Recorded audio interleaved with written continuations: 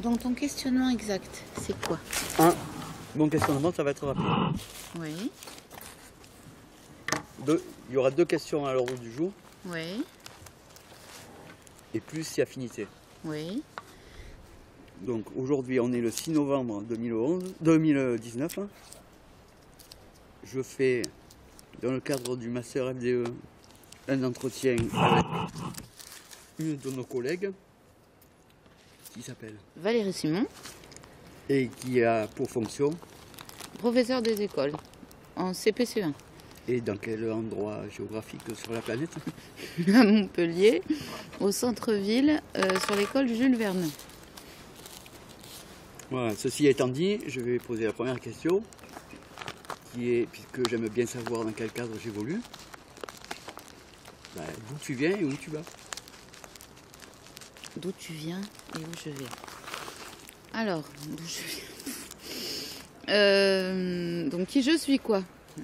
Ce que tu as envie de dire dans le cadre du métier en fait. Hein. On ne devient pas enseignant comme ça, on poursuit ce métier parce qu'on a envie d'eux, voilà, c'est ce genre de truc. Ok, alors enseignant, c'est un des boulots que je voulais faire depuis toujours, mais un des.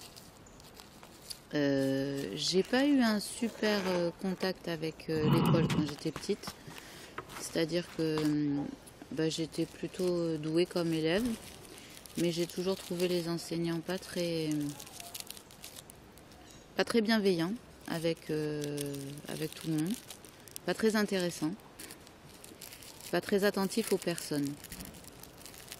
Et j'ai souvent repéré des situations de souffrance chez mes camarades. Donc la raison qui faisait que j'avais envie d'être enseignante,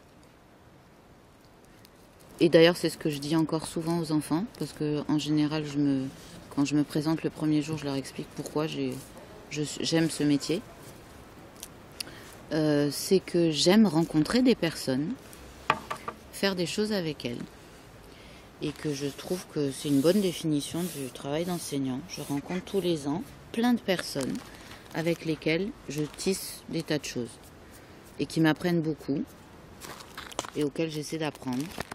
Et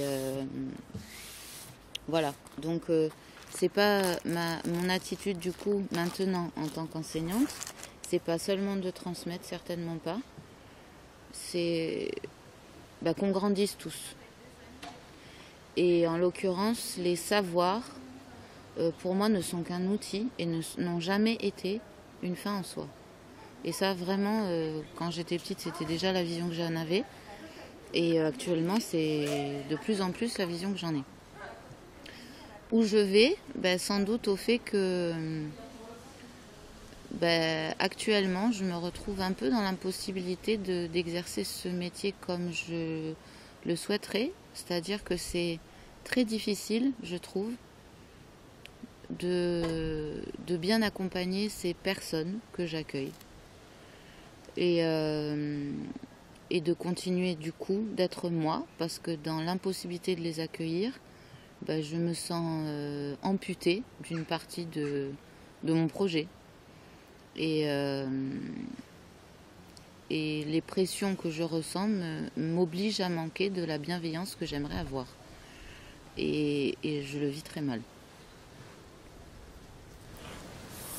Même si c'est pas ce que me renvoient les enfants, il y en a plein d'anciens qui reviennent me voir et qui ont l'air de plutôt se régaler, mais moi je suis pas satisfaite. Je me sens pas à ma place en fait. J'y suis à ma place, je l'occupe, mais je suis pas satisfaite de ce qui se joue. Et il y a d'autres choses que je pourrais transmettre que je ne peux pas transmettre. Et il y a des choses que je devrais être en capacité de garantir, que je ne peux pas garantir. Et tout ça mis ensemble, ça fait beaucoup en fait. Et puis par ailleurs, il y a aussi le fait que la société a évolué, qu'il y a d'autres urgences, dont l'urgence environnementale qui sont de plus en plus prégnantes. Et je me dis qu'il y a peut-être aussi des priorités à s'imposer. J'ai peut-être plus envie d'agir là-dessus que de continuer à déployer toute mon énergie en perdant beaucoup, faute d'efficacité.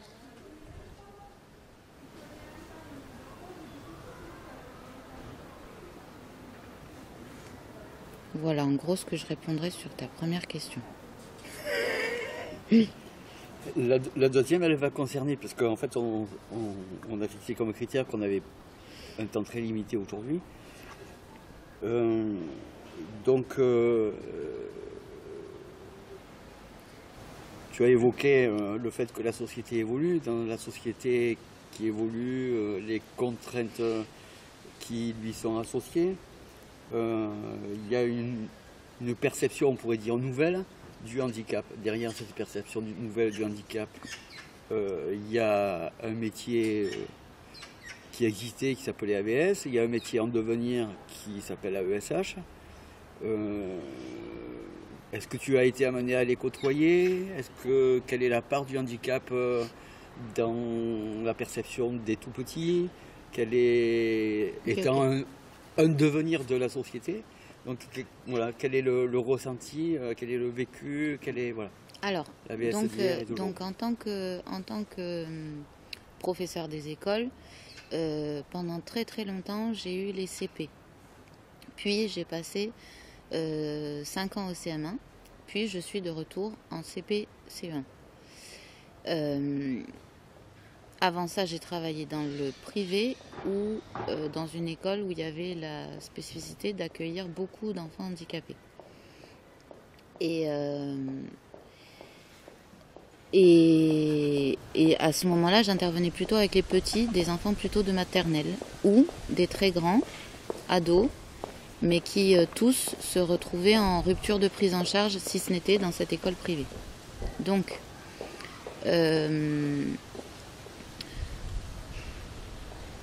de façon générale, dans tout ce vécu que j'ai eu, je me retrouve en début de parcours de ces enfants.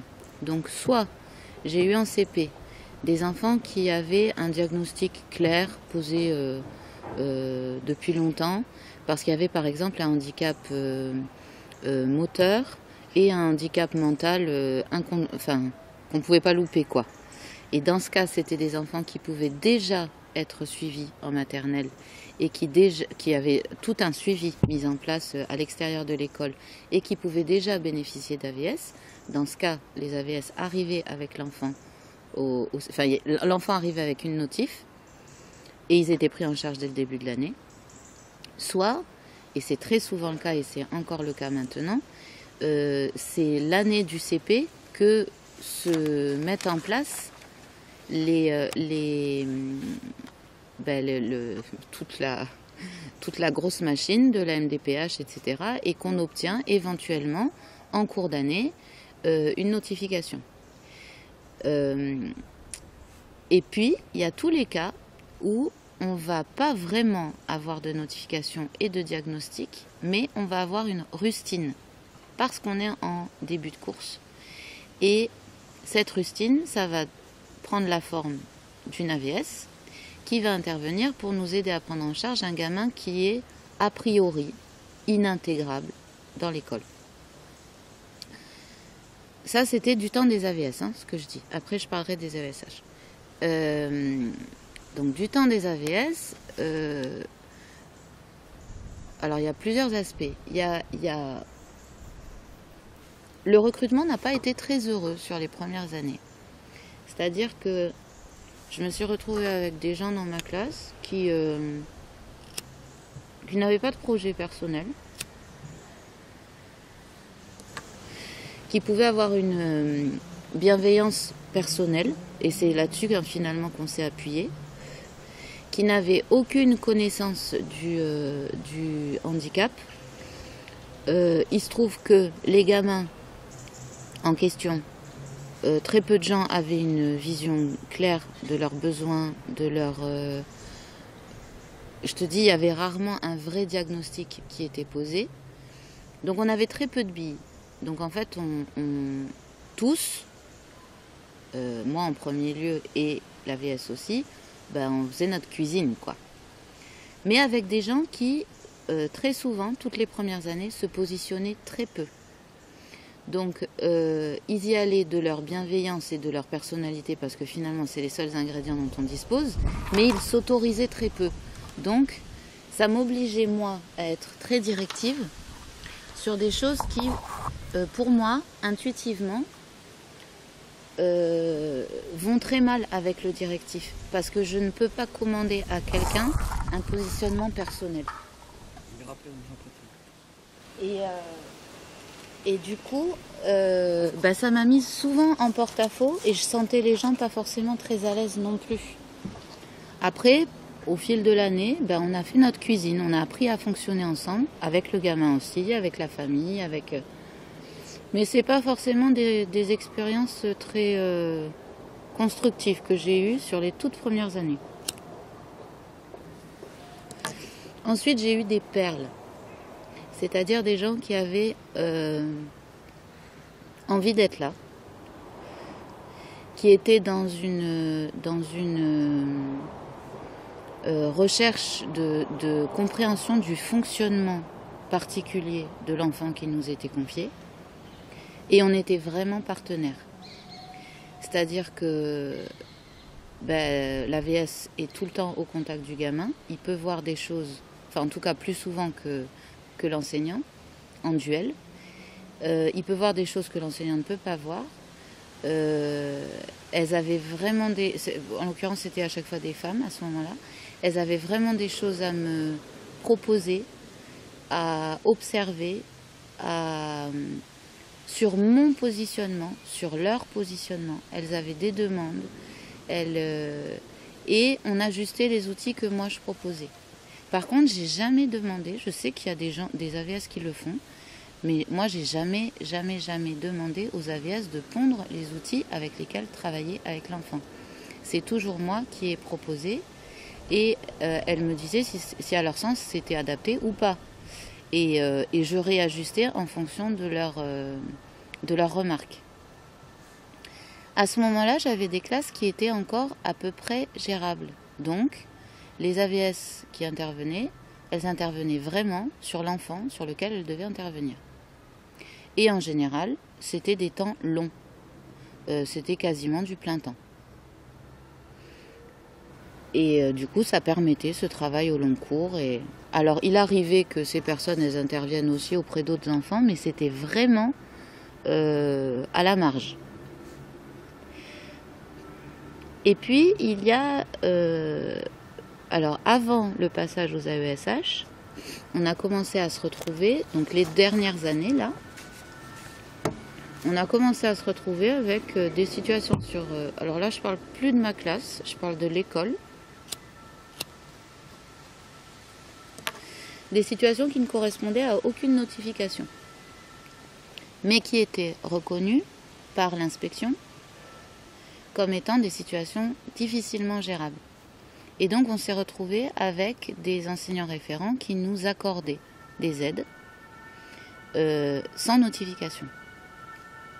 Et peut-être parce qu'il n'y avait pas ces notifications ou qu'elles étaient en cours. Parfois c'est des situations complètement rocambolesques où on peut avoir un enfant avec un handicap moteur patent, le gamin il est en fauteuil par exemple, avec un handicap intellectuel, une déficience légère, et pas de notif. Mais par contre, un besoin qui est reconnu, y compris par l'institution. Et donc, on nous envoie quelqu'un. Bref. Mais des enfants qui peuvent ne pas systématiquement poser souci, ne pas avoir besoin d'une attention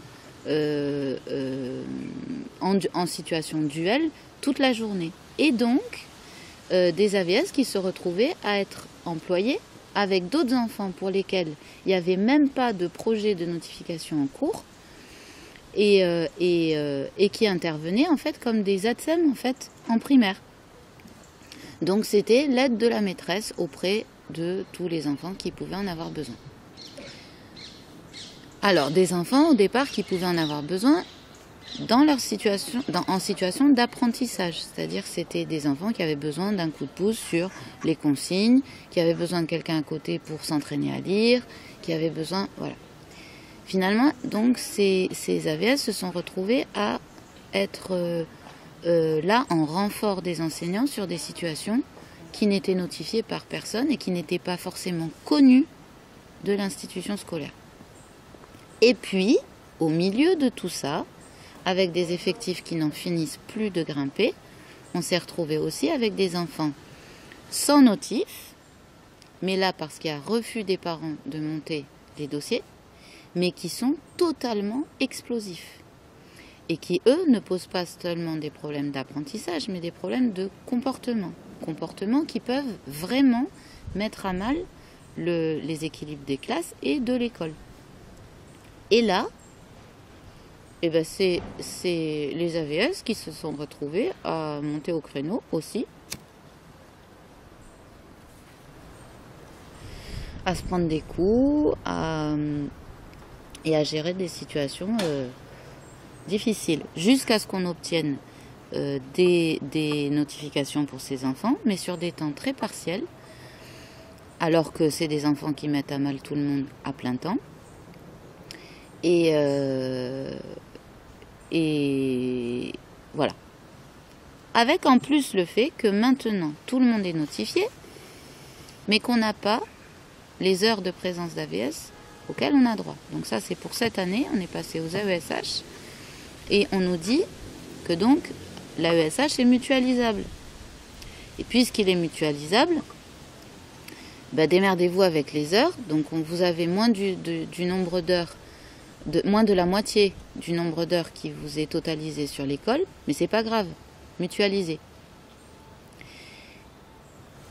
Avec un enfant qui a une AVSI à temps plein, au milieu de tout ça, qui lui, donc on ne lui pique pas son AVS, elle reste à temps plein sur l'école et sur sa classe, mais il y a d'autres enfants et un enfant explosif en l'occurrence sur cette classe-là, du coup, elle est la VSI de celui-là, mais elle est la VSCO, l'AESH de l'autre, en même temps.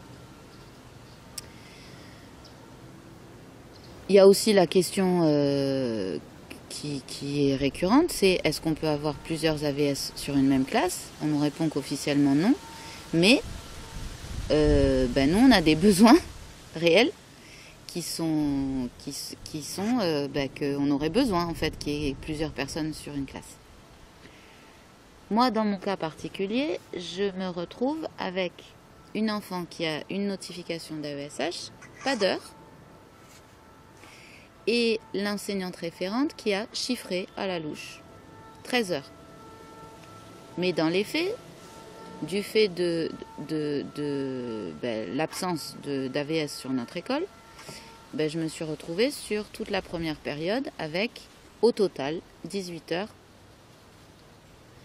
d'AESH, avec en plus le fait que finalement, quand différentes personnes, parce qu'on n'arrête pas de cuisiner, sont venues sur ma classe, vu les soucis qu'il y a sur la classe, c'est pas avec l'enfant qui est notifié qu'elles sont le plus intervenues. Donc finalement, moi je me retrouve avec des AVS ou AESH qui sont des amis, qui sont en grande souffrance dans la posture qu'on leur impose, parce qu'elles sont exposées en direct à des situations vraiment difficiles pour les enfants qui leur sont notifiés et pour tous ceux qu'elles ont à gérer par ailleurs,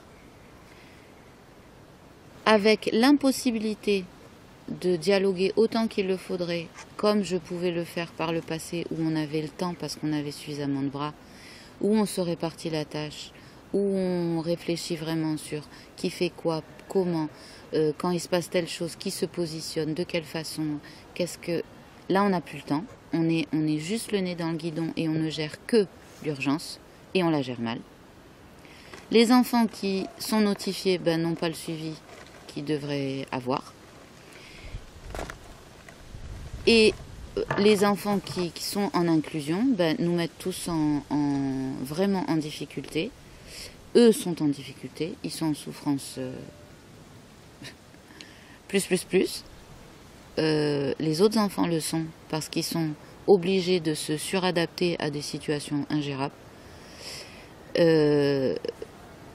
Nous, on est en difficulté, les AVS sont en difficulté, tout le monde est en difficulté.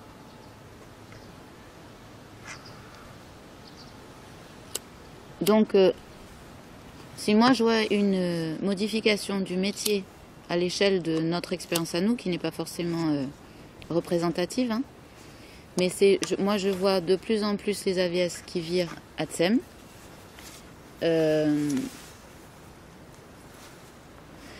Sans le statut qui va avec, évidemment, sans le contrat qui va avec, c'est-à-dire que les missions ne sont pas...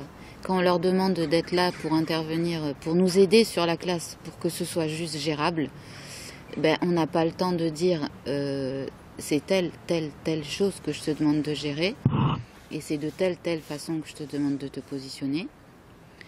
C'est extrêmement inconfortable, quoi. Mais à mon sens, en premier lieu, par manque de bras. Il n'y a pas les personnes qui devraient être là, et on devrait avoir d'autres personnes. En l'occurrence, sur les écoles, par exemple, on est censé avoir des services civiques, mais il y a personne qui candidate, donc on n'en a pas. Voilà, c'est un tableau très pessimiste.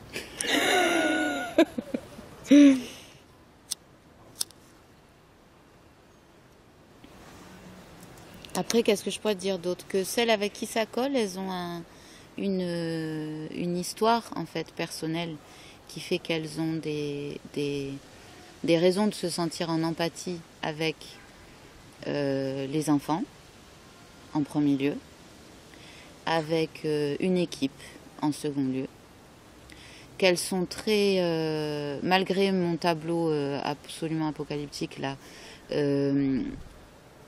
elles ont vraiment le sentiment d'être intégrées à une équipe.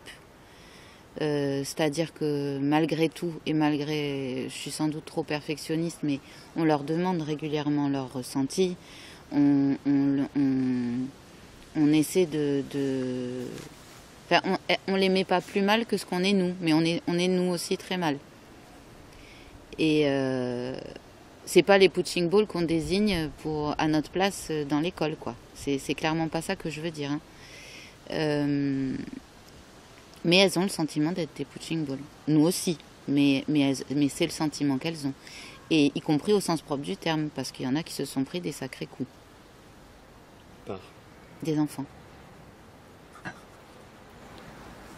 C'est-à-dire qu'ils sont confrontés à la véritable violence physique, c'est ça ? À la véritable violence. Ben, quand il y a un gamin qui est en crise et qu'il faut le plaquer au sol, toi tu es l'enseignant, tu peux évidemment venir en renfort, mais tu peux pas être tout le temps celui qui va plaquer le gamin au sol, parce que tu peux pas laisser le reste de la classe, quoi. Tout connement. Mais si on a ces situations de violence physique, ça veut dire que les enfants ils ne sont pas à leur place là. Ils ne devraient pas être dans l'enseignement général. C'est toute la question que nous pose l'inclusion là. C'est-à-dire que nous, on se retrouve vraiment avec des situations où on dit mais en fait on ne peut rien pour ces enfants. Et alors le problème c'est qu'actuellement, vu notre manque de moyens humains, on ne sait pas si on ne peut rien parce qu'on n'est pas dans des conditions suffisantes, ou si on ne peut rien parce que la pathologie de ces gamins fait que, dans tous les cas, de toute façon, on ne pourrait rien. Actuellement, on n'est pas en capacité de le dire, on n'a pas les moyens humains. On a trop de gamins par classe, on a toutes les conditions réunies pour que ça pète. Donc c'est pas que le statut d'AESH qui est en cause. Il y a énormément de facteurs. Moi sur ma classe, j'ai 29 enfants. J'ai 16 CE1 et j'ai 13 CP. En soi déjà, ça fait une situation qui est difficile.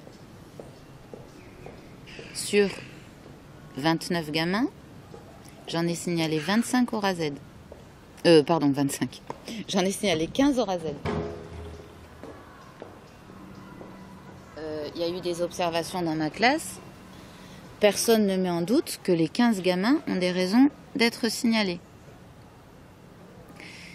Et sur ces 15, j'en ai un qui, manifestement, ne relève pas de l'enseignement classique. Ça le met dans une souffrance qui est ingérable pour lui et qui induit une souffrance pour tout le monde qui n'est pas possible.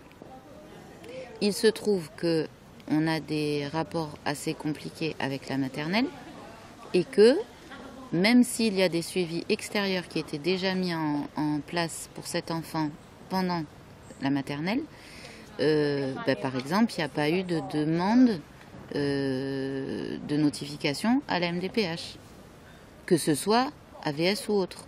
En l'occurrence, pour cet enfant, je pense qu'une AVS est la dernière chose à mettre en place, parce que il est en demande perpétuelle d'attention particulière, et que quand on le met en position d'avoir cette attention particulière, il est en situation de toute puissance dont il ne fait rien, parce qu'il ne peut pas en faire quoi que ce soit, parce que son niveau de souffrance est autre.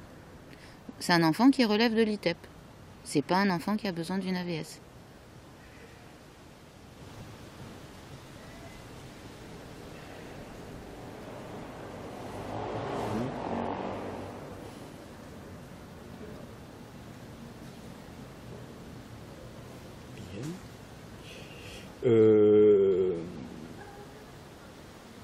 Ça amène une petite question quand même sur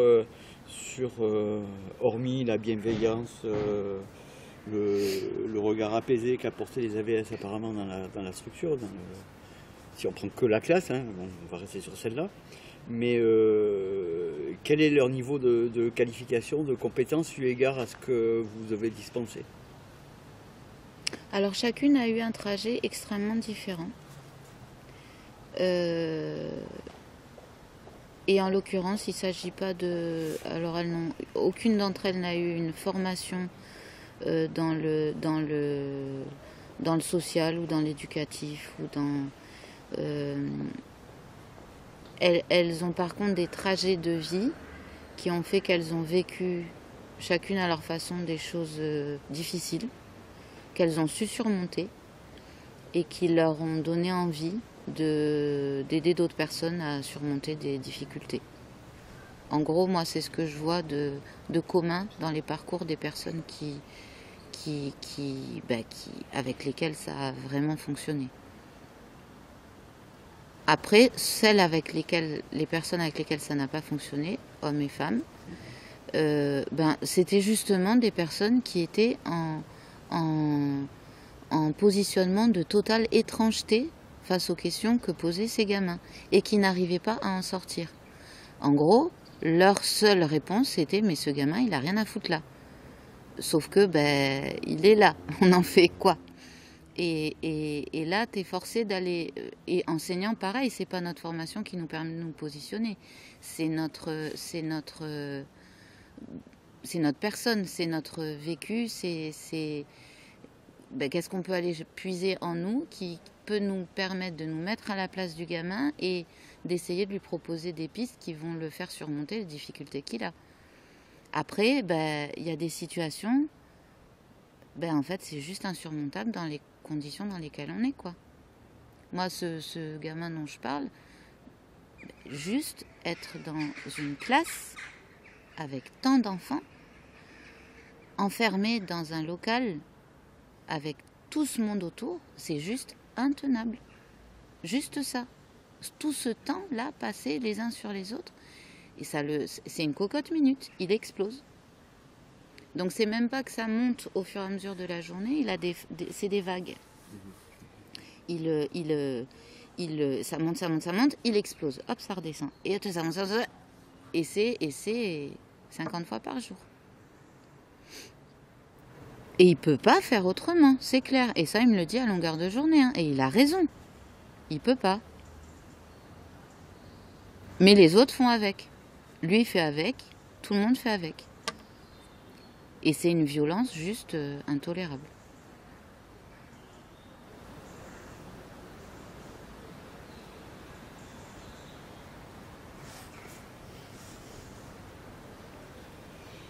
va rester sur le vécu de l'AVS.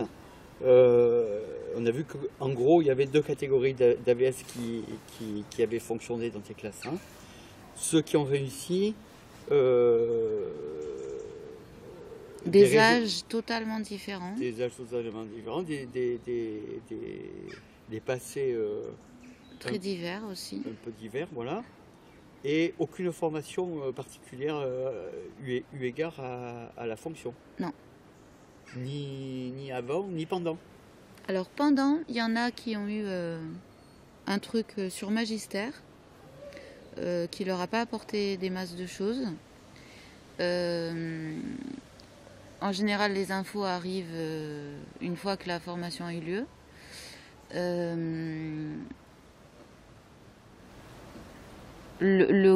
Pareil pour tout ce qui est administratif, les contrats, ils arrivent, on comprend jamais trop comment, quand.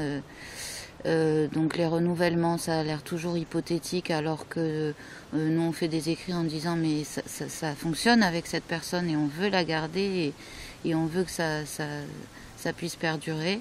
On n'a pas plus d'éléments qu'elle et on a vraiment l'impression que c'est des pions, quoi. Donc, d'un point de vue administratif. Après, dans la vie de l'équipe, c'est pas du tout ce qu'on leur renvoie, hein, et c'est vraiment pas le vécu qu'elles ont. Mais ça aussi, c'est une sacrée violence, en fait. Et c'est ressenti comme tel. Et par tout le monde. Et les parents aussi, là j'en ai pas du tout parlé des parents. Hier on avait conseil d'école, on a parlé de tout ça, de cette situation de violence qui est sur l'école. Les parents nous ont interrogés sur comment ils devaient eux se positionner par rapport aux autres parents, par rapport à la mairie, par rapport à l'inspection. Et on leur a dit, vous avez envie de faire remonter le fait que vos enfants vivent mal ce climat général, mais faites-le, bien sûr. Mais ils étaient partagés sur le fait, alerter c'est bien, ça peut nous permettre d'obtenir des moyens, mais alerter c'est aussi éventuellement alerter les autres parents et c'est générer de l'inquiétude et c'est éventuellement stigmatiser ces enfants pour lesquels l'inclusion pose souci, alors que c'est la volonté de personne. Personne ne remet en cause le fait que, dans de bonnes conditions, peut-être que ça pourrait être très bien pour ces gamins et intéressant pour les autres. Sauf que les conditions ne sont pas réunies. Donc là, les parents vont interpeller la mairie, comme nous on l'a fait par ailleurs en tant qu'équipe enseignante, hein, vont interpeller la mairie et vont interpeller l'inspection pour demander des moyens humains supplémentaires. Et nous, en particulier dans les petites classes, on essaie de taper à toutes les portes possibles pour faire reconnaître les difficultés des enfants qui ne sont pas encore notifiés, pour obtenir des notifications qui collent aux situations. Parce qu'il y a bien souvent aussi, ça j'en ai pas parlé, des AVS qui sont... c'est vraiment Alors, c'est une solution qui n'est pas déployée en nombre suffisant, mais c'est bien souvent la seule solution déployée alors que tout le monde sait qu'elle n'est pas adaptée. Exactement comme les médicaments peuvent être une solution proposée par l'hôpital de façon quasi systématique. À chaque fois qu'on dit qu'il y a un enfant en souffrance, hop, on le fout sous Rétaline. Sauf que c'est pas ça qu'on demande. Et tous les ateliers d'habileté sociale, qu'on demande de mettre en place, ils ne sont jamais mis en place. Donc nous, la réflexion sur l'école, ça va être, donc c'est actuellement demande de moyens supplémentaires, faire entendre à l'inspection qu'on a un nombre de gamins par classe qui ne nous permet pas de fonctionner. Sachant qu'on manque vraiment d'écoles sur notre secteur et qu'on nous répond systématiquement et depuis des années que c'est pas demain la veille qu'on créera une école supplémentaire dans notre quartier de toute façon. Donc on sait que la solution, du point de vue de l'institution, il n'y en a pas. Ce qu'on va mettre en place aussi, c'est des ateliers de parole. Donc sur tout ce fond de violence générale, on a un cas, mais on le met tous en adéquation, on se dit que l'un nourrit l'autre de harcèlement qui est avéré, qui est sorti sur une classe. Mais on se dit, vu ce climat, on n'est vraiment pas à l'abri du fait qu'il y en ait d'autres qui soient générés de situations de harcèlement. Parce que on peut pas vivre en toute quiétude, on peut pas ne pas se décharger sur quelqu'un d'autre quand on vit au quotidien une souffrance et une insécurité pareille. Faut bien que ça sorte d'une façon ou d'une autre. Donc quelque part, c'est humain que ça sorte comme ça. Donc on a généré institutionnellement cette situation-là. Donc en réponse à ces situations de harcèlement et en réponse à cette détérioration du climat scolaire, on veut mettre en place des ateliers autour de la parole des enfants. C'est dans ce cadre-là aussi que s'est mis en place le conseil des enfants. Donc les enfants participent à une réflexion sur l'organisation des temps et des lieux communs dans l'école. En l'occurrence, sur ces espaces de discussion, les enfants n'ont absolument pas fait remonter la question de la violence. Ils se sont saisis de l'organisation de la cour de récré, des jeux possibles, de l'organisation matérielle des choses. Mais donc, on n'en est pas au point où les enfants vont formaliser une question liée à la violence. Et en l'occurrence, notre école, elle n'a pas du tout la réputation, c'est la première fois que ça apparaît en conseil d'école, ces questionnements-là. Elle n'a pas du tout la réputation et elle n'a pas du tout le vécu d'une école violente, par ailleurs. Tellement bien que c'est sur notre école qu'est en place le DRS, dispositif... Putain, je sais plus comment ça... En fait, c'est une classe relais sur le primaire. Donc, au contraire, c'est nous qu'on a choisi comme classe pouvant accueillir les gamins qui font imploser d'autres écoles. Parce que justement, chez nous, ça allait plutôt bien et qu'on pouvait les accueillir et les absorber et au contraire poser des choses avec les familles, avec les... Mais là, il a suffi de quelques gamins en plus par classe, d'enseignants, de personnel en moins, vu l'absence d'AVS, vu le non-renouvellement des services civiques, vu le non-renouvellement des aides administratives, pour que on se retrouve en manque de moyens humains mobilisables pour la situation dont on parlait tout à l'heure. Tu rentres avec un gamin dans l'école, tu as besoin de le confier avec quelqu'un, il faut qu'il y ait du monde disponible, quoi. Tout connement. Et si c'est le cas, les situations, tu les absorbes. Si c'est pas le cas, tu as tout qui te pète à la gueule. Et actuellement, tout nous pète à la gueule. Entre l'an passé et cette année, on a 5 adultes de moins dans l'école. Pour une école à 5 classes. C'est énorme. Donc forcément, ça implose. Mais ça tient vraiment à peu de choses, quoi.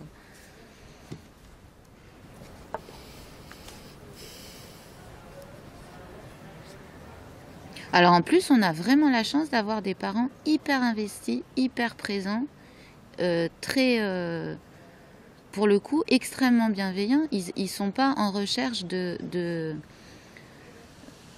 Et c'est vraiment l'attitude générale sur l'école. Personne ne va pointer celui qui est responsable en lui foutant toutes les responsabilités sur le dos. C'est vraiment pas...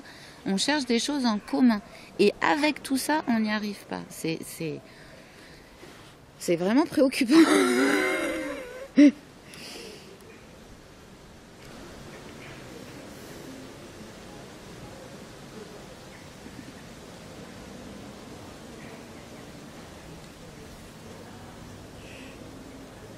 Et pour rester sur mon AVS préféré, là, quel est son... Mon AVS préféré, c'est-à-dire ceux avec qui ça fonctionne, ouais. C'est ça? Bah oui, parce que les autres, voilà, à part de constater que ça ne fonctionne pas, on ne peut pas dire grand-chose. Mais sur ceux avec lesquels ça fonctionne, quelle était leur mission qui leur était attribuée? Est-ce qu'elle était définie quelque part? Est-ce que c'est... Voilà. Et éventuellement, qu'est-ce qu'on pourrait faire, ou du côté de l'enseignant, qu'est-ce qu'ils pourraient faire pour que ça soit mieux? Et de leur côté à eux, de l'écho que tu en as, puisqu'apparemment ils font vraiment partie intégrante de l'équipe pédagogique, quels seraient leurs éventuels besoins ou souhaits d'amélioration, voilà. Alors, pour que ça fonctionne vraiment, voire mieux, voire bien, enfin bon, voilà. Ça fonctionne bien quand on a le temps. Quand on a le temps de discuter, quand on a le temps d'ajuster les choses. Donc ça a bien fonctionné quand il y avait des AVS qui fonctionnaient sur un temps plein, sur des classes. Parce qu'on ajuste des fonctionnements. Là, on se retrouve cette année... Un temps plein sur une classe, ça fait combien d'heures? 24. En l'occurrence, c'était pas toujours 20. 24, c'était souvent 20. Mais voilà, c'est quasi du plein temps. Et là, vraiment, on apprend à fonctionner ensemble. On s'ajuste de personne à personne et on vit les mêmes choses, on a le même quotidien. Là, comme on jongle cette année, on se retrouve avec donc des AESH qui vont intervenir parfois sur 3 classes, donc sur des temps très morcelés, avec en plus une réalité qui est mouvante et qui est explosive. Donc, on n'a pas le temps de régler notre fonctionnement autour d'enfants, autour de fonctionnement de classe, Moi, depuis le début de l'année, le fonctionnement de ma classe, il a changé 10 fois. Parce que pour m'adapter aux difficultés que je vis, j'essaie des choses. Donc, et j'ai eu que 18 heures. Donc, il se trouve que j'ai surtout eu la même personne sur la première période, avec qui je m'entends hyper bien. Mais à chaque fois qu'elle arrivait dans la classe, la réalité avait changé de la classe.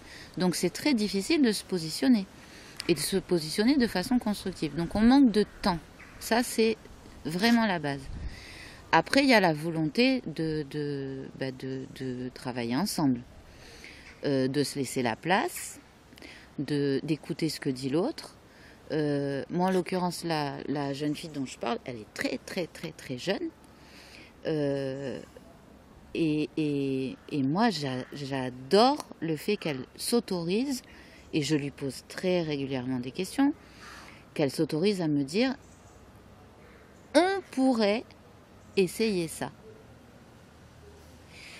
Quand j'envisage de déplacer les gamins dans la classe, je fais mon plan de classe et je le lui soumets. Et je lui demande, d'après toi, qu'est-ce que t'en penses? Est-ce que tu penses que ça va fonctionner, un tel à côté d'un tel? Nanana. Et on y pense ensemble, on l'imagine ensemble. Et évidemment, c'est au-delà du seul enfant sur lequel elle est censée intervenir, mais en même temps, vu la configuration de la classe actuelle, je ne peux pas lui demander juste d'intervenir sur un enfant sans lui autoriser un regard sur mon fonctionnement dans la classe, sur le fonctionnement total de la classe. Donc, me juge dans ma façon de faire, mais j'en ai tellement besoin. C'est pas, mais voilà, c'est un retour, et après, moi en l'occurrence, j'ai du mal à être directive, j'ai du mal à dire fais ceci, fais cela.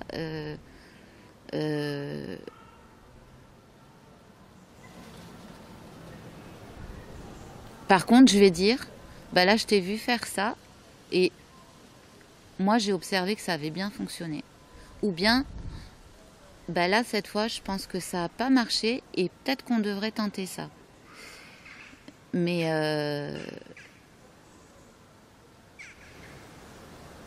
je trouve qu'il faut laisser les gens prendre leur place, tenter des choses. Et moi, en fait, où j'ai souci, c'est quand les gens ne tentent rien. Et j'ai pas trouvé le moyen de dire tu dois tenter ça. Je sais pas faire. J'y arrive pas. Je me sens pas légitime à dire ça, en fait. Et là, en l'occurrence, donc c'est plus elle qui est intervenue depuis la rentrée sur ma classe, c'est une autre personne qui a été absorbée par ce gamin explosif. Et là, j'ai eu le temps d'y réfléchir un peu, et je vais le lui verbaliser, parce que pour le coup, je pense que c'est totalement contre-productif. Mais je vais lui dire, écoute, rappelons-nous, c'est pas lui qui est notifié, c'est avec cet autre enfant que tu dois agir. Et lui, au contraire, on va essayer de l'oublier, en fait. C'est son injonction perpétuelle à nous imposer d'intervenir pour lui. On va la lui laisser, en fait, et il va se démerder à se confronter à la réalité un peu plus tout seul, et à pas embarquer tout le monde derrière lui. Donc là, pour le coup, comme je pense qu'on arrive à quelque chose de totalement contre-productif, je vais m'autoriser à intervenir et à pas la laisser tenter plus longtemps. Et en plus, tenter, c'est beaucoup dire parce qu'elle fait actuellement, ce qu'elle fait, c'est qu'elle se pose à côté du gamin et qu'elle ne fait rien d'autre. Et en fait, elle a fait ça 2 après-midi. L'après-midi du vendredi juste avant les vacances et hier après-midi. Et on a obtenu des comportements chez ce gamin qui m'ont particulièrement alarmée et qu'il n'avait jamais produit avant. Et en fait, ça, je me dis mais que j'ai vraiment merdé en la laissant faire, quoi. Et qu'elle, elle connaît pas suffisamment la classe, elle pouvait pas le savoir. Donc faut vite rétrograder parce que on va vraiment se le prendre en pleine poire. En l'occurrence, le gamin s'est échappé, mais loin dans l'école. C'est un enfant qui sort très régulièrement de la classe, mais jusqu'à présent, il sortait souffler dans le couloir. Il sortait, il allait prendre une pause de 5 minutes dans la classe à côté. Mais jamais il avait dévalé les escaliers et on se retrouve en bas des escaliers à dire mais il est où? Jamais ça n'était arrivé. Donc il y a eu une fois ça et une autre fois où il a piqué des jeux à d'autres enfants. Il les avait dans les poches et il me soutenait en me regardant droit dans les yeux que il ne voyait absolument pas comment ces objets avaient pu arriver dans ses poches. Alors c'est pas le fait qu'il ait piqué quelque chose, c'est le fait que il m'a entre guillemets menti, mais en fait on a rompu le lien de confiance qu'on avait établi et qui me semblait costaud malgré tout ce qu'on endurait par ailleurs. Et putain, ça il fallait pas qu'on y touche, quoi. Et ça m'inquiète vraiment. Et ouais, bon, on va rétrograder, mais j'espère que ça suffira. Et par exemple, là, c'est un cas critique. Est-ce que vous estimez, je dis vous, côté enseignant, et vous, côté des AVS, que vous avez, entre guillemets aussi, la formation adéquate, fermez les guillemets, pour gérer ce genre de problème? Absolument pas. Et donc? Et donc, je sais pas, je me retrouve juste dans l'impasse de ne pas arriver à faire ce que je dois faire, ce que je veux faire. Mais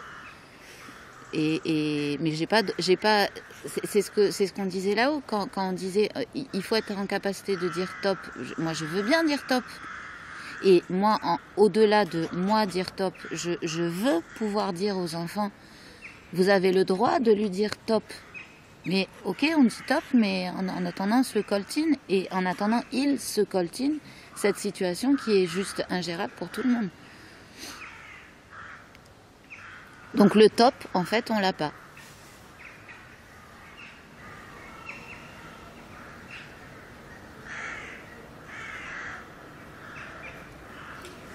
Hormis le fait qu'il y en ait de plus en plus, on voit que l'effectif apparemment il joue.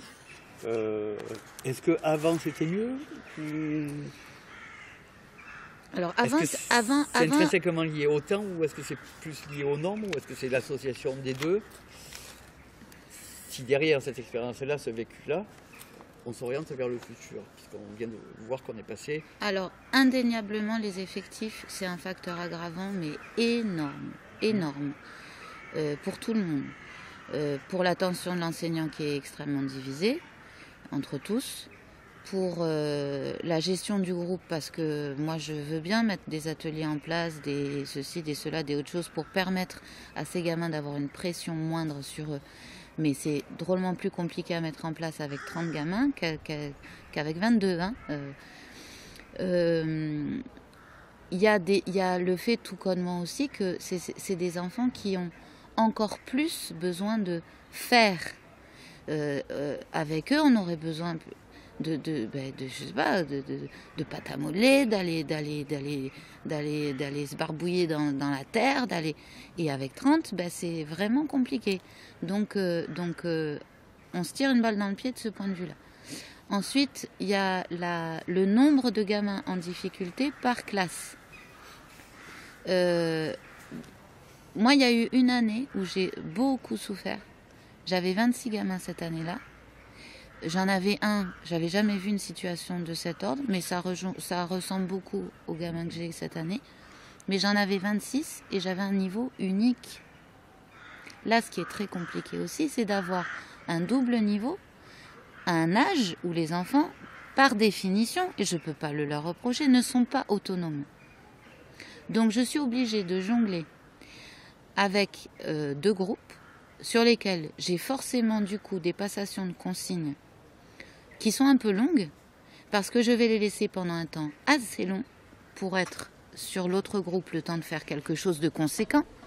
Et donc ils vont se retrouver à avoir plusieurs choses à la suite à faire, sauf que c'est des enfants qui ne sont pas autonomes, c'est des enfants qui vont avoir des difficultés à mémoriser des consignes, et j'ai personne pour me relayer, pour ne serait-ce que faire le rappel de consignes. Donc c'est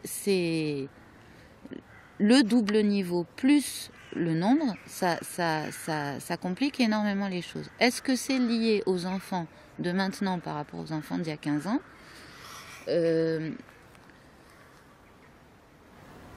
Moi, quand même, dans l'absolu, je les trouve de plus en plus malheureux. Les enfants. Je les trouve de plus en plus égocentriques, en gros manque d'empathie, avec des difficultés d'attention de plus en plus récurrentes. Ça d'un côté. Et d'un autre côté, je trouve qu'on a un autre profil de gamin qui ressort de plus en plus souvent, qui est au contraire des gamins qui captent tout très vite, y compris dans l'empathie. Ils comprennent le fonctionnement des autres, ils comprennent le fonctionnement du groupe. Et concrètement, ça fait que ces enfants-là, en classe, ils s'emmerdent. Ils n'en finissent plus de prendre sur eux pour s'adapter aux autres, soit pour se préserver du danger que peut représenter l'autre, soit pour s'économiser, quoi. Mais tout le contraire de ce que est censé leur apporter l'école. Voilà, donc 2 profils vraiment distincts qui sont de plus en plus, qui représentent une part de plus en plus importante de nos effectifs, je trouve, et auxquels on est de moins en moins en capacité de répondre. Que les gamins du 2e ordre soient référencés comme HPI ou pas. C'est-à-dire qu'il y a des parents qui sont vraiment dans la démarche de poser le diagnostic, il y en a qui ne le sont pas, mais clairement c'est des enfants qui relèvent de ça, quoi. Et avant, sincèrement, j'avais pas la sensation qu'ils soient aussi nombreux, des enfants. Il y avait plein d'enfants qui étaient scolaires. Là, c'est pas des enfants scolaires. Et ça se manifeste du coup, leur HPI dans ces conditions-là, par le fait que c'est des enfants qui sont, ou avant ils auraient été scolaires, là ils sont très peu soigneux. Ils font tout très vite. Et de façon assez mécanique, en y trouvant peu de plaisir. C'est le plaisir en fait qui disparaît.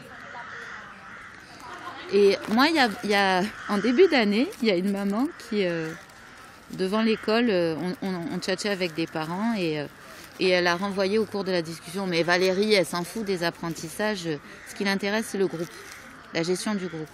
Et ça m'a vraiment fait cogiter parce que c'est une maman qui fonctionne un peu en parole à l'emporte-pièce comme ça. Mais en fait, je me suis dit, mais c'est vrai. En fait, c'est vrai que c'est ça qui m'intéresse. Qu'un gamin, il puisse, à l'école, expérimenter le fait de trouver sa place dans un groupe, ne pas se mentir, être lui-même, dire quand il n'est pas d'accord, dire quand il est d'accord, proposer, s'adapter, ajuster, dire en fait j'avais tort, si en fait j'avais vraiment raison, voilà, et qu'on construise ensemble. Clairement en fait c'est ça qui m'intéresse et je me dis que c'est ça qu'il est utile d'apprendre à l'école parce que c'est réellement ça qu'on va pouvoir réutiliser dans nos vies d'adultes ensuite. Et quand il y a une telle pression institutionnelle qui nous met en difficulté tous, ben ça, on ne peut pas le faire. Alors là, les gens qui sont venus observer dans ma classe m'ont dit, mais si, ils sont bienveillants entre eux, les gamins. Tu te rends compte ce qu'ils supportent. Ben ouais, mais justement, j'ai pas envie qu'ils supportent. J'ai envie qu'ils prennent plaisir. Alors, mon côté perfectionniste, je vois trop le temps où ils se mettent en pièces pour que ça fonctionne. Certes, on fait plein de choses où on se régale. Mais à mon sens, vraiment pas assez. Et à mon sens, souvent, on se retrouve à faire des tas de choses qui n'ont aucun sens. Moi, je me crève à faire des preps, à essayer de les mener à bien en classe. Et en fait, l'activité, comme on l'a menée, dans les conditions où on l'a menée, elle n'a pas le quart du sens que je voulais y mettre, quoi. Alors, c'est le lot de tout enseignant. Mais en même temps, moi, quand c'est le lot de toute activité, parce que les gamins s'en sont saisis et qu'ils en ont fait autre chose que ce que j'avais prévu, ça me va. Mais par contre, quand on en a fait du rien parce qu'on n'avait pas la capacité d'en faire autre chose, là, franchement, ça me va pas. Et c'est ce qui se passe tous les jours dans ma classe. Et c'est juste aberrant, quoi. Et ces symptômes-là, ils se reproduisent, ils s'identifient sur les 4 autres classes de l'école Ben, dans les classes dans lesquelles il y a d'autres enfants qui télescopent tout et qui mettent à mal le reste de la classe, diagnostiqué ou pas, oui, c'est la même configuration. Dans les classes où tu as la chance d'avoir une cohorte qui permet que ça fonctionne, non. Mais c'est une histoire de chance, c'est fou, quoi. On ne peut pas s'en remettre à ça.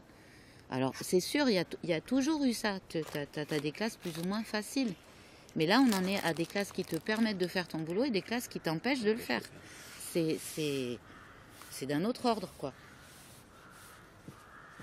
Et quand donc des personnes sont venues observer dans ma classe, donc une PES et une maîtresse G, toutes les deux m'ont dit, mais Valérie, t'es tellement le nez dans le guidon que dans tout ce que tu nous avais dit avant, la question de la sécurité, t'en as jamais parlé, alors qu'elle est en jeu.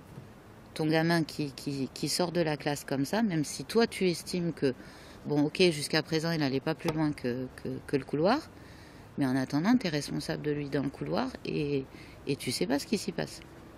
Et moi, je suis tellement dans le faire, que non, je l'avais pas vu comme ça. Et que oui, en fait, a priori, je veux partir du principe que ce gamin, ben, malgré toutes les difficultés qu'il a, je veux lui faire confiance. Et je veux lui dire que t'as besoin de souffler, t'as le droit de souffler. Et t'as besoin de souffler sans qu'on soit autour, mais t'as droit à ton couloir. Pourquoi tu n'y aurais pas droit, merde? Mais en fait, c'est vrai que ça pose question en termes de sécurité.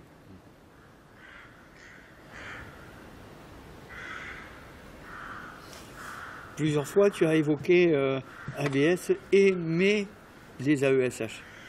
Comme si on sentait quand même qu'il y avait une différence qui était en train de poindre quelque part. De quel ordre ça ressort? Pour moi, le cadre, il était quand même plus clairement défini quand on parlait d'AVS. D'abord, la mission, c'était sur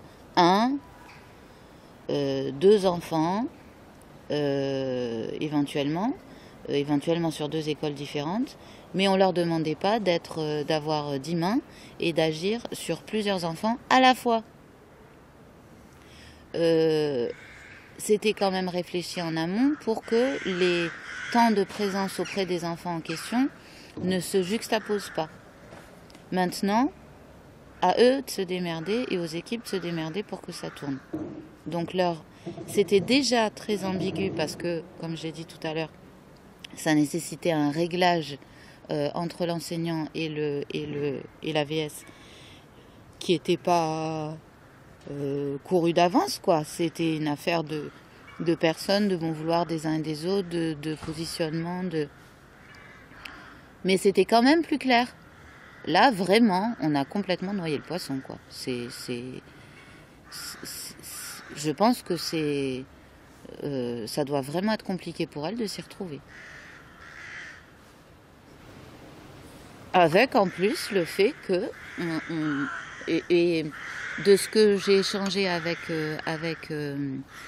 la maîtresse G qui elle intervient sur 14 écoles, notre situation d'école n'a rien d'exceptionnel. C'est le cas sur les 14 écoles du secteur. Donc on est tous avec moins d'heures d'AVS que ce qu'on devrait avoir, enfin d'AESH que ce qu'on devrait avoir. On est tous avec ces histoires de chevauchement qui sont prises en compte, ne sont pas prises en compte par l'institution. Et on est tous avec des enfants non notifiés qui font exploser nos classes. Et des effectifs surchargés qui nous empêchent de répondre à tout le monde. Y compris dans des classes dans des écoles qui sont connues depuis des décennies pour être des écoles avec un public particulièrement difficile. Ce qui n'était pas notre cas jusqu'à présent.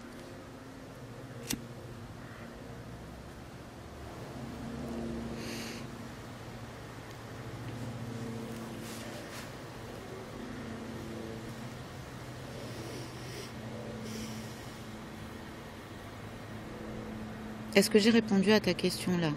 Presque. Tu peux me la reposer parce que je crois avoir oublié un bout en route. Non. En fait, je disais que tu as évoqué les deux termes d'AVS et d'AESH. Si on sait que l'AVS est mort et que l'AESH c'est un métier en devenir, quel type de devenir il faudrait établir, quoi. Qu'est-ce que l'enseignant souhaiterait de l'AESH, et comme tu as des bons contacts avec les AESH, quel retour ils te donnent pour... Est-ce qu'ils estiment qu'ils font bien leur métier? Est-ce qu'ils estiment que leur métier, ils peuvent se projeter dedans? Est-ce que... Voilà. Un peu la même question que celle qu'on s'est posée au départ, quoi. D'où je viens, où je vais, l'AVSH, l'AESH, d'où il vient, où il va. Voilà. Alors, côté enseignant, puisqu'on a la chance d'avoir les deux regards. Ok, alors, ce que moi je souhaiterais d'abord,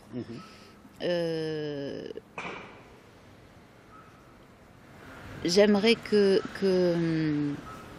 les heures notifiées correspondent à la réalité.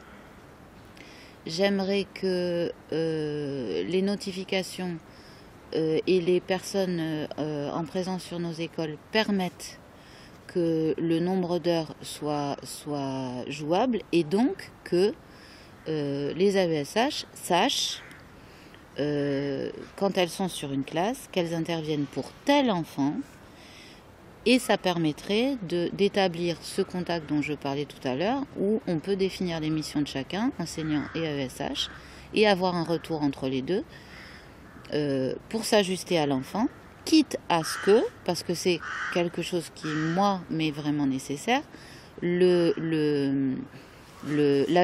puisse aussi avoir un regard sur le fonctionnement de la classe et nourrir l'enseignant de son observation. L'évolution qu'elles entrevoient dans leur métier, aucune ne se voit y rester à long terme. À mon sens d'ailleurs, vu la façon dont leurs contrats sont posés actuellement, de ce que j'en sais, de ce que j'ai échangé avec elles, au mieux elles ont des contrats de 3 ans, au-delà elles ne savent pas ce que ça va devenir.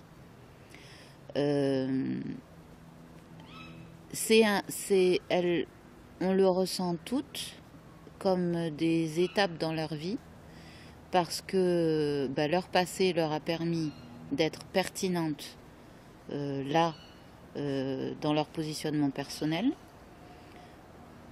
mais de toutes les façons, même s'il y avait la possibilité d'être titularisé, une position qui est intenable à long terme. On peut donner ça un certain temps, on ne peut pas le donner au-delà, parce que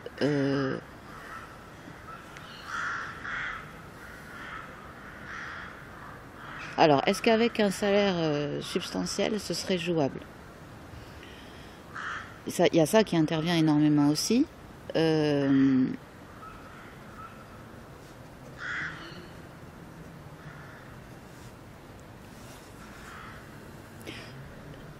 Foncièrement, je crois qu'elles ont intégré le fait qu'elles sont des rustines. Et c'est pas c'est pas gérable à long terme d'avoir le statut de rustine. Que le statut soit mieux reconnu ou pas, ce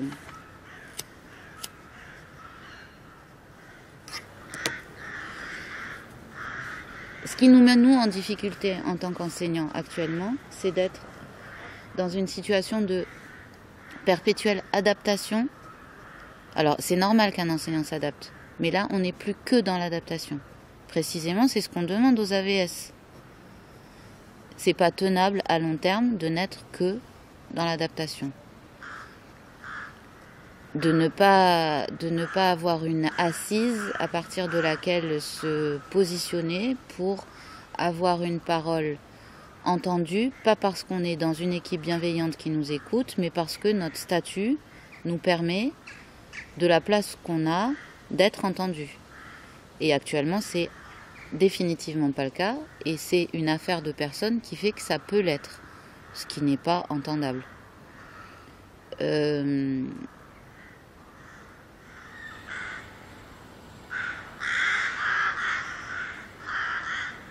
Après, je pense que elles acceptent actuellement leur statut de rustine parce que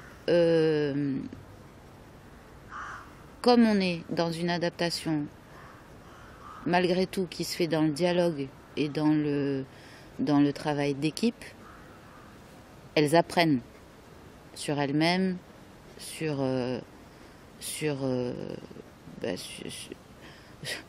les enfants, sur nous tous, on apprend ensemble. Donc elles s'y retrouvent quand même. Mais je pense que c'est pas jouable à long terme.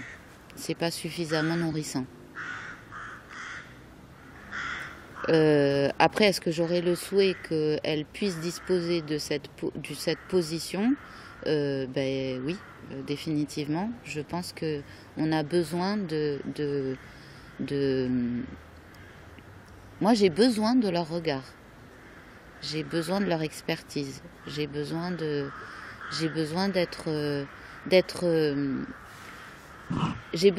regardée par quelqu'un qui connaît la même réalité que moi, qui la partage. Et ça induit en fait une bienveillance parce qu'on partage la même chose. Et donc, ce qu'elles me disent, je le prends jamais mal, quoi. C'est... Au contraire, je sais de qui ça vient, quoi. Je sais que c'est...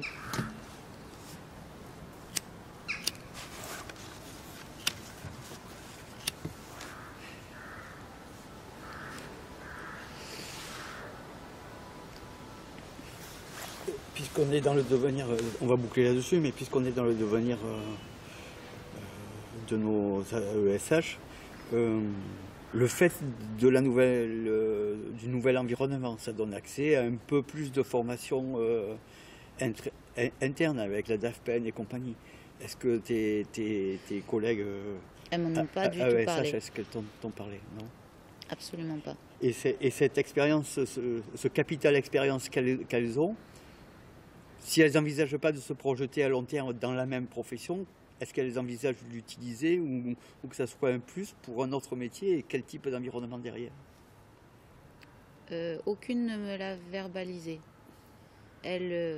C'est des expériences humaines dont elles parlent. Elles ont enrichi leur personne, leur personnalité. Elles ne me le parlent pas d'un point de vue professionnel.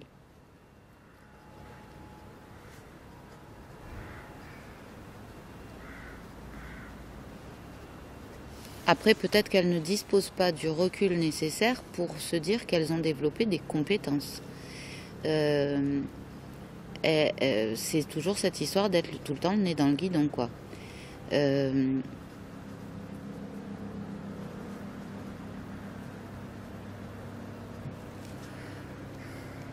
Et puis, je pense qu'elles ont...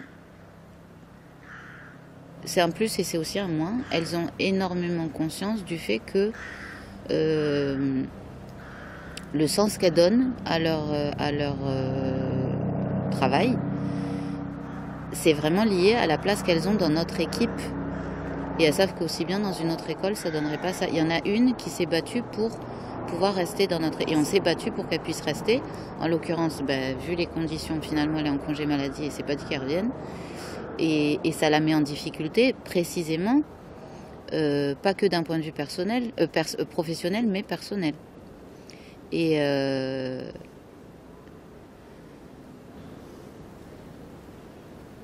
donc je pense que c'est d'autant plus difficile d'arriver à l'exporter en tant que compétence professionnelle quand on se dit que c'est une affaire de personne.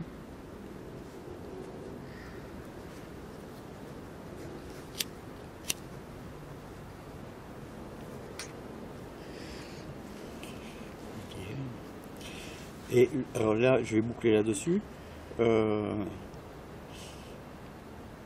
Mais profite, hein, s'il y a d'autres choses qui viennent.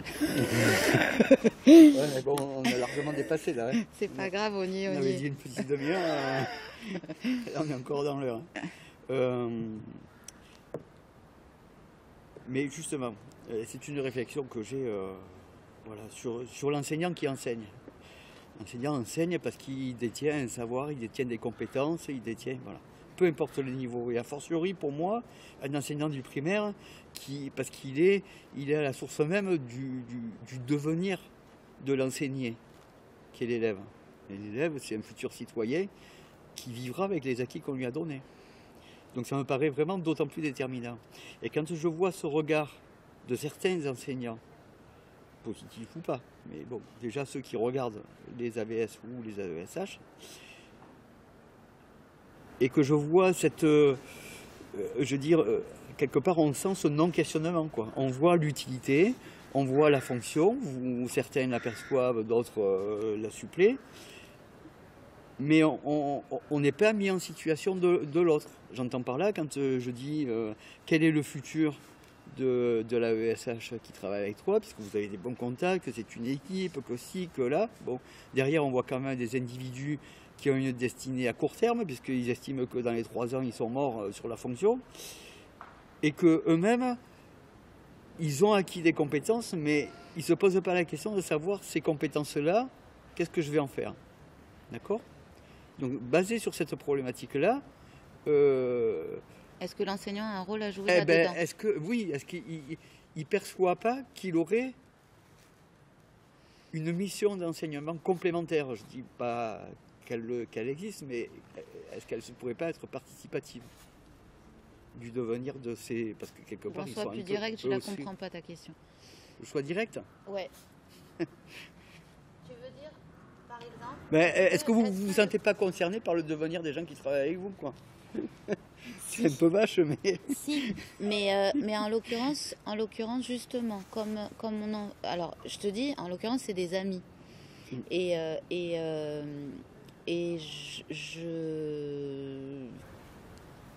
je ne me... On parle de nos évolutions personnelles à toutes. On parle de ce qu'on aimerait faire de nous, quoi. Mais c'est pas en tant qu'enseignante que je me sens le droit ou le devoir de leur dire qu'elles ont un statut à défendre ou qu'elles doivent en tirer quelque chose. C'est en tant que personne, avec des personnes qui m'intéressent, que je leur dis qu'il faut qu'elles se fassent plaisir dans la vie et qu'il faut qu'elles aillent vers ce qu'elles ont envie de faire. Et mon conseil, c'est de ne pas rester AVS. Et parce qu'à long terme, je pense que c'est pas tenable qu'on y met trop de soi pour le peu qu'on en retire. Après, en tant qu'expérience, quelques années dans la vie, je pense que c'est super formateur et qu'on apprend énormément de choses de soi et que ça, c'est jamais du temps perdu, clairement pas. Mais j'espère bien que chacune d'elles va se retourner et faire autre chose et effectivement pouvoir se servir de ce qu'elles auront découvert ici. Mais c'est tellement impalpable ce qui a été découvert. Mais exactement comme je le disais tout à l'heure, hein, moi j'envisage de démissionner. Je suis incapable de dire ce que j'ai développé comme compétence à l'heure actuelle en étant enseignante. Pourtant, je sais que j'en ai mobilisé des tonnes. mais je suis incapable moi-même de le dire.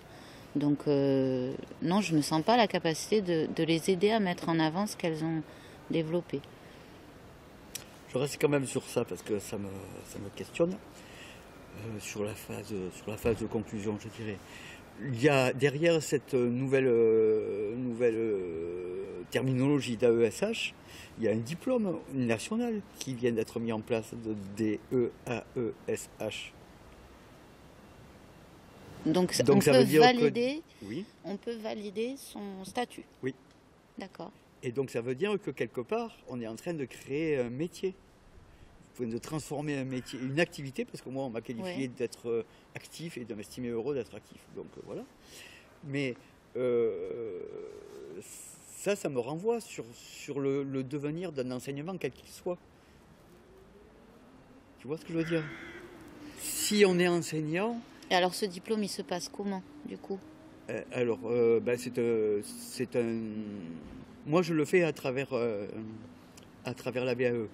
Ouais. Mais parce que voilà, je le fais en parallèle d'ici et ça me permet de voir de l'intérieur ce qu'on demande au futur, quoi. Ouais. Et c'est pour ça que j'ai suivi cette démarche. Encore qu'il a fallu se battre pour avoir toutes les infos et pouvoir le mettre en place. Sinon, il y a une fois par an, il y a un examen de DE-AESH. D'accord. Avec plusieurs variantes, donc une pour les AESH en environnement scolaire, une pour les AESH en environnement des personnes âgées et des personnes en dépendance, etc. Enfin, il y a plusieurs variétés de DE-AESH. Mais ma question est un peu citoyenne, quoi, quelque part. Tous les AVS que j'ai rencontrés, qu'ils soient jeunes, matures ou comme moi sur le déclin, c'est des gens qui se posent la question de « et après ?» Hormis moi je suis déjà à la retraite, donc je m'en fous. Mais, et je me dis, ces gens-là, quelque part, ils ont bien sûr moult expériences, moult pratiques, bon, et ils créent un capital phénoménal qui peut être exploité derrière. Soit à travers le diplôme, parce que dans ce pays, il faut un diplôme pour valider un niveau supposé de connaissance, bon. Soit pour pouvoir rebondir sur quelque chose. Et tu rebondis pas tout seul, tu rebondis parce qu'on te donne un autre regard, un peu ce qu'on fait nous, pour nous, là, aujourd'hui, à la FDE. Hein, on est là aussi parce qu'on s'est dit, bah, qu'est-ce que je peux en faire de tout ça, quoi. Et je me dis, quand même, c'est triste de voir tous ces AVS, peu importe le niveau, mais qui sont au contact de gens qui enseignent non seulement des savoirs, mais des savoir-faire, et que derrière, on n'exploite pas ou on ne donne pas un filon de réflexion, un filon de mise en action, un filon de va chercher par là pour pouvoir rebondir derrière. Si à terme tu te dis mon contrat il est sur 3 ans, dans le meilleur des cas renouvelable sur 3 ans supplémentaires, donc dans 6 ans, que tu as, allez, on va dire 22 ans, si c'est de 8, tu arrives à la trentaine, et à la trentaine tu te trouves quoi? Tu vois? Donc moi ça me questionne de savoir que les gens qui sont en situation AVS, AESH ne se posent pas la question de mise en œuvre de leurs acquis, pour eux, de se dire, ben voilà, qu'est-ce que je vais en faire de ça, quoi. Parce que j'ai quand même fait quelque chose. Et que le corps enseignant, qui est supposé transmettre quelque chose, ne leur donne pas cet éveil, cette prise de conscience de tout ce que tu as qui est là, qu'est-ce que tu vas en faire après.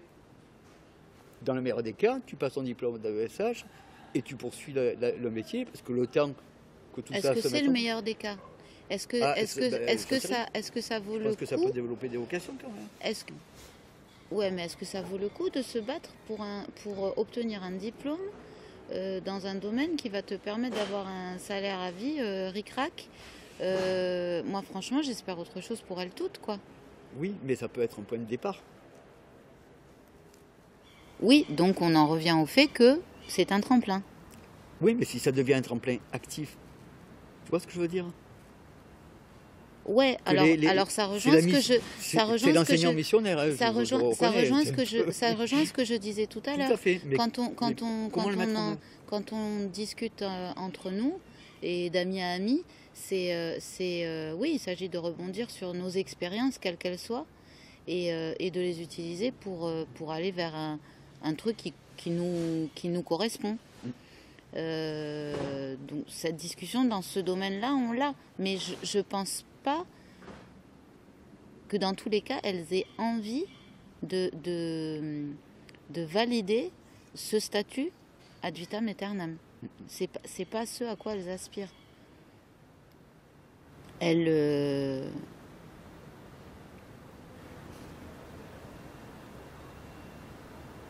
Il y en a par exemple la Jeunette, là, elle est obligée de compléter avec d'autres activités professionnelles.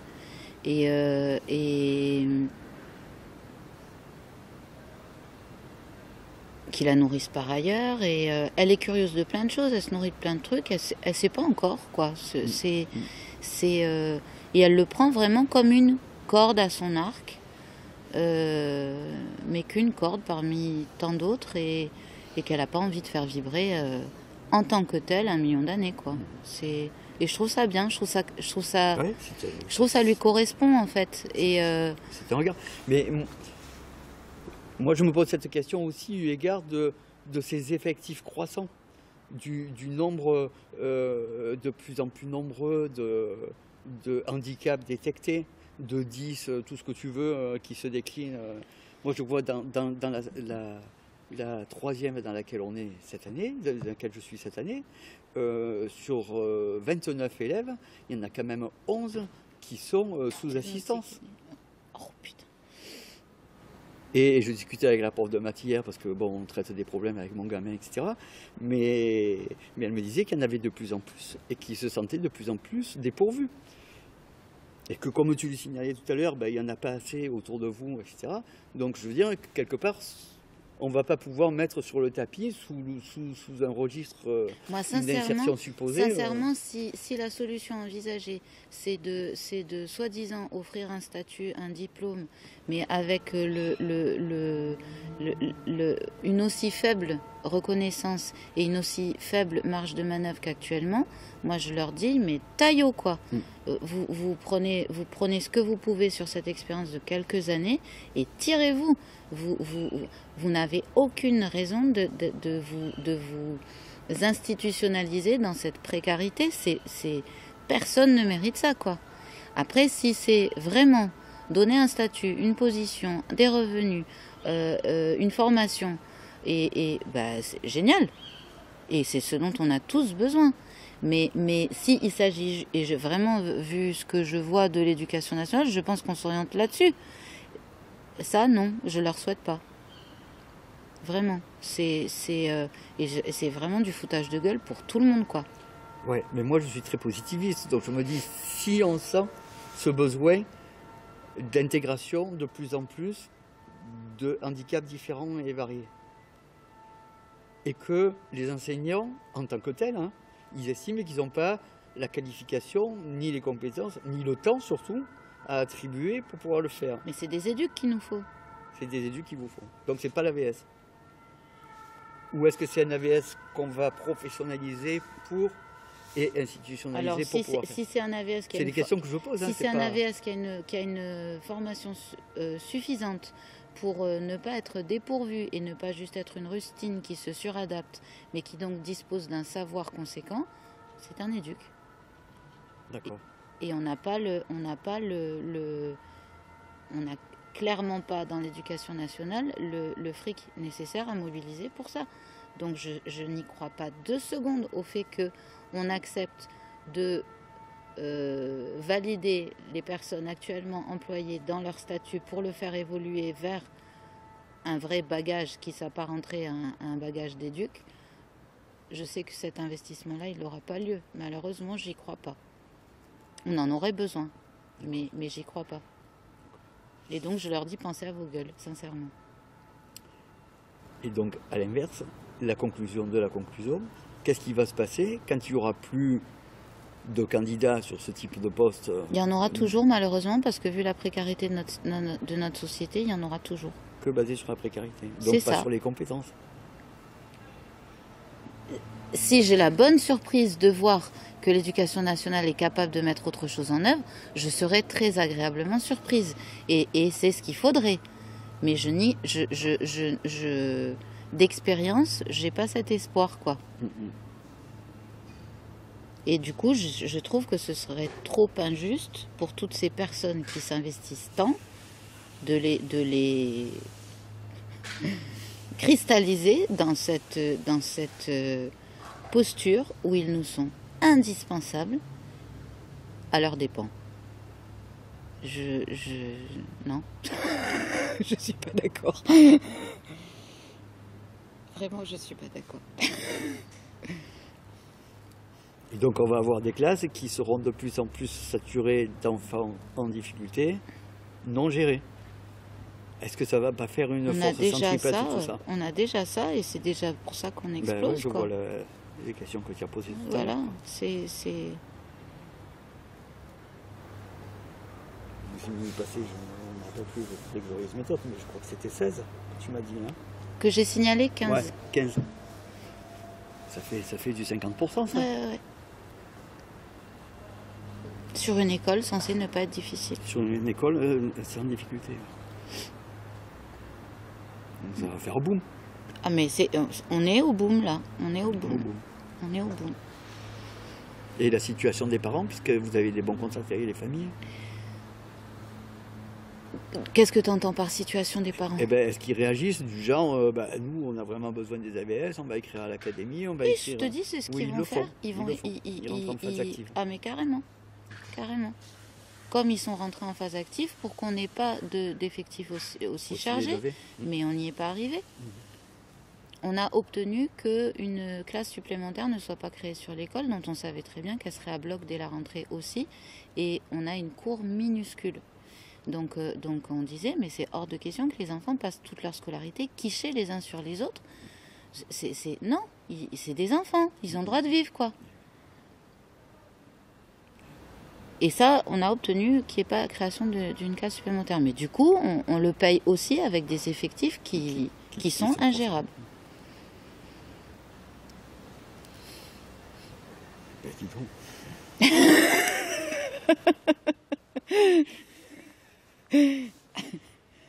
Bah après, j'y vais tous les jours avec plaisir. Je ressors chaque jour lessivée, de plus en plus désespérée, mais j'y retourne chaque jour avec plaisir. Donc tant qu'il y a ça, je me dis qu'il y a de l'espoir. Mais je sens que c'est un peu tangent là.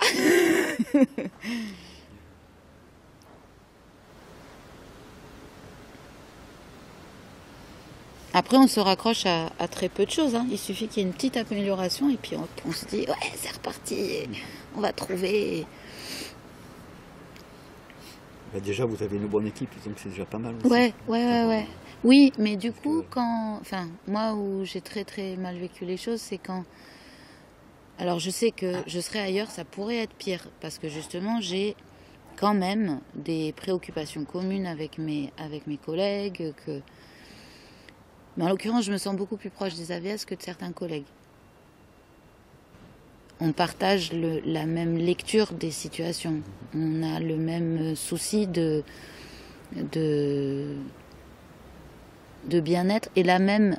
En fait, on a tous, les enseignants aussi, mais on est tous dans la même... Celle avec qui je m'entends bien, on est dans la même absence de peur du jugement, en fait. C'est ça qui est en jeu. Oui, je suis en difficulté sur ma classe. Mais évidemment, je suis en difficulté sur ma classe. Et non, je ne me sens pas personnellement en cause d'être en difficulté sur ma classe. Je me sens personnellement le devoir de proposer, d'inventer, de créer, pour y remédier. Mais je ne me sens pas mise à l'index parce que je suis en difficulté. Je suis capable de voir que la situation me met en difficulté et que c'est pas moi qui ai généré cette difficulté. Il y a beaucoup d'enseignants pour lesquels c'est encore tabou de dire que ça va mal. Et du coup, on est dans l'impossibilité de tisser vraiment des solutions entre nous tous. Et quand j'ai compris ça, je me suis vraiment cassé la gueule. Mais vraiment. Et j'ai une capacité à rebondir qui est importante. Donc, pour l'instant, je me suis relevée. Mais voilà, jusqu'à nouvel ordre, quoi. Parce que, sincèrement, je pense qu'il n'y a qu'en se serrant les coudes qu'on peut affronter ça. Sinon, c'est pas tenable. Et on ne met pas le sens de ce qu'on fait au même endroit. Donc on peut se serrer les coudes sur des choses sans trop d'importance. Mais sur les choses fondamentales, en fait, on n'y est pas.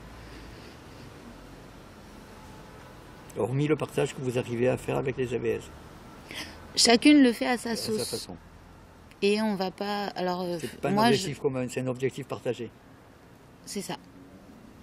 Et moi, en l'occurrence, la relation que certaines ont avec les AVS qui sont intervenus sur leur classe, ça me regarde pas, donc j'en dis pas ce que j'en pense. Mais en l'occurrence, je suis pas persuadée que l'information marche dans les deux sens. Et moi, mon relationnel aux AVS avec lesquels ça a bien fonctionné, c'est cette autorisation qu'elles avaient à juger, qui, moi, me semble indispensable. Mais tout le monde n'est pas en capacité de se laisser juger. Pour moi, c'est un tremplin, le jugement. Et c'est déjà un espace de proposition. Et donc de remédiation, d'invention. Voilà, c'est ça qui m'intéresse. Donc je ne me sens pas mise en difficulté par ça. Mais ça, sincèrement, je pense qu'on ne le partage pas toutes. Et c'est un sujet clairement tabou. Lors de la grosse réunion qu'on a eue pendant les vacances pour essayer de répondre à nos... et où je me suis pris en plein dans la gueule que... non, on n'était pas sur la même longueur d'onde. L'un des pavés dans la mare que j'ai lancé, c'est de dire j'hérite d'une gamine qui, à mon sens, n'a pas eu d'enseignant. Elle a eu des morceaux d'AVS qui ne lui étaient pas destinés, qu'elle a grappillés. Le peu qu'elle a appris, elle ne l'a appris que comme ça. Les enseignants se sont détournés d'elle du fait des difficultés qu'il y avait sur leur classe, mais ils ont abdiqué de leur devoir d'enseignant. Et c'est les AVS qui les ont relayés là-dessus. Mais c'est quoi ce schmilblick? Ça n'a jamais été parlé, posé, ça s'est fait comme ça. Qu'est-ce que vous voulez que cette gamine, elle ait un rapport à l'institution scolaire sain? J'ai bataillé toute la première période, c'est une gamine, c'est une anguille. Elle passe son temps à faire semblant de faire. Mais forcément, c'est ce qu'on lui a appris à faire. Bon ben, quand j'ai dit ça, ça n'a pas plu. Voilà, par exemple.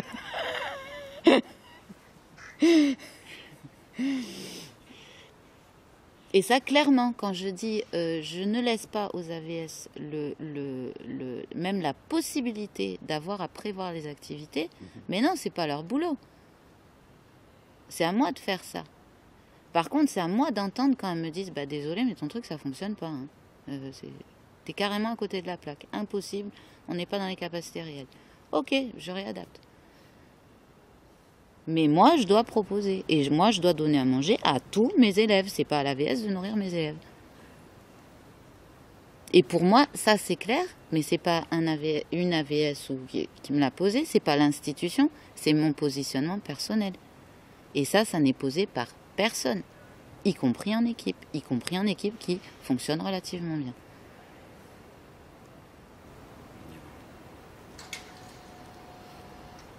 Quelqu'un qui aurait un statut d'éduc, la question ne se poserait pas. Exactement. Si tant est que ça soit un AESH++. Voilà. La définition du cadre. Bon, ben, je crois on va essayer de clôturer. Ça va, sur cette note je t'ai donné matière. Les juristes du regard de l'enseignant sur l'AVS, AESH. Merci. Avec plaisir.